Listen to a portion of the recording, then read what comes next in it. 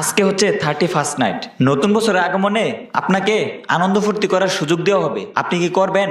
একজন মৃত্যুদণ্ড ঘোষিত আসামির জন্য আজকে যদি আমি ডাল খাই তাহলে তো সারা জীবন ডাল খেলা লাগবো। প্রশাসনিক ও অর্থনৈতিক দিক থেকে কিন্তু এই বছর কি করতে হবে? ফজর পর্যন্ত জাগতে হবে। তাহলে তুই তো বছরের প্রথম দিনের পূজা করলি।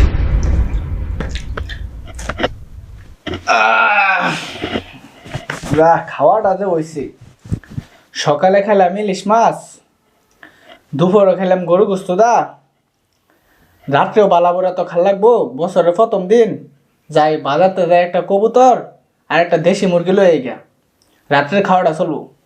আজকে বছরের প্রথম দিন, আজকে বালাবোরা খাইলে সারা জীবন বালাবোরা খাইতে পারবো। খাওয়াটা হয়েছে যা। এই কিরে ডাল দিছে কেরা? আজকে যদি আমি ডাল খাই তাহলে তো সারা জীবন ডাল খেলা লাগবো। এই ডাল সরা, ডাল দিছে কেরা? যাই বাজার তাই গিয়া। যাতে এক ধর্ম এক ভাষা এক সংস্কৃতি অভিন্ন ঐতিহাসিক সৃষ্টি প্রশাসনিক ও অর্থনৈতিক দিক থেকে সারা দিন ধরে পইরা মোটা ব্যথা হয়ে গেছে, আর বয়ে থাকবার হইতেছি না।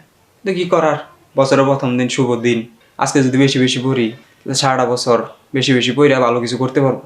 পড়া বন্ধ করা যাব না, পড়তেই হইব, শুয়ে হইলেও পড়তেই হইব। হ্যালো, হ্যাঁ কালকে চলে আসবা, বাপের বাড়ি থাকা লাগবে না।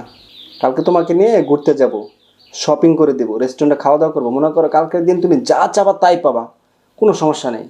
এতে কিছু কালকে মানে কালকে তো বছর প্রথম দিন, কালকে যদি আমি তোমাকে নিয়ে ঘোরাফেরা করি, তোমাকে নিয়ে আমি রেস্টুরেন্টে খেতে যাই, তোমাকে যদি কালকে আমি শপিং করে দিই, তার মানে বছরের প্রতিটা দিন, মানে প্রতিটা সামনের যে দিনগুলো আছে প্রতিটা দিন হাসি খুশিতে যাবে। হ্যাঁ তাহলে কালকে চলে আসো। আমি আবার রাত্রে যে বন্ধুদের নিয়ে পার্টি আছে, রাত জাগতে হবে। রাখি। ইয়া আল্লাহ, আমার সামনের বছর যেন পিছনের বছরের মতো আমলের ক্ষেত্রে দুর্বল না হয়, বরং আমার প্রতিটি পদক্ষেপ, প্রতিটি সময়, প্রতিটি দিন, প্রতিটি ক্ষণ, প্রতিটি পদচারণা যেন হয় একমাত্র তোমার সৃষ্টির জন্য। ইয়া আল্লাহ, আমার হায়াত থেকে আরও একটি বছর চলে গেল, আমি আরও একটি ধাপ মৃত্যুর দিকে এগিয়ে গেলাম। এই বছরে যত গুনাহ করেছি আপনি ক্ষমা করে দিন, এবং সামনের বছরগুলোতে যেন বিভিন্ন ফিতনা এবং পাপাচার থেকে বেঁচে থাকতে পারে সেই তৌফিক দান করুন। আসসালামু আলাইকুম বন্ধু। ওয়ালাইকুম আসসালাম।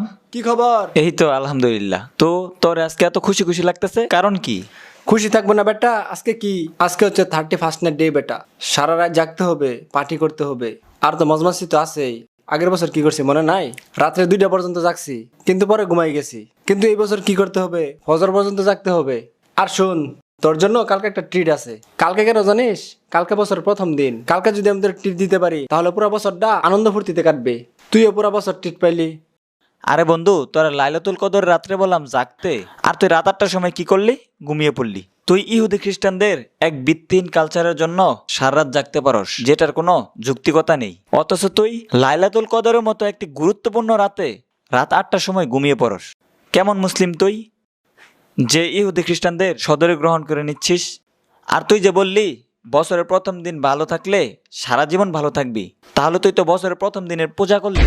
বছরের প্রথম দিন কি পারবে তোরা সারা জীবন ভালো রাখতে? ভালো রাখার মালিক তো একমাত্র আল্লাহ। এটা হচ্ছে একটা কুসংস্কার, আর এটাকে বিশ্বাস করা হচ্ছে শিরক।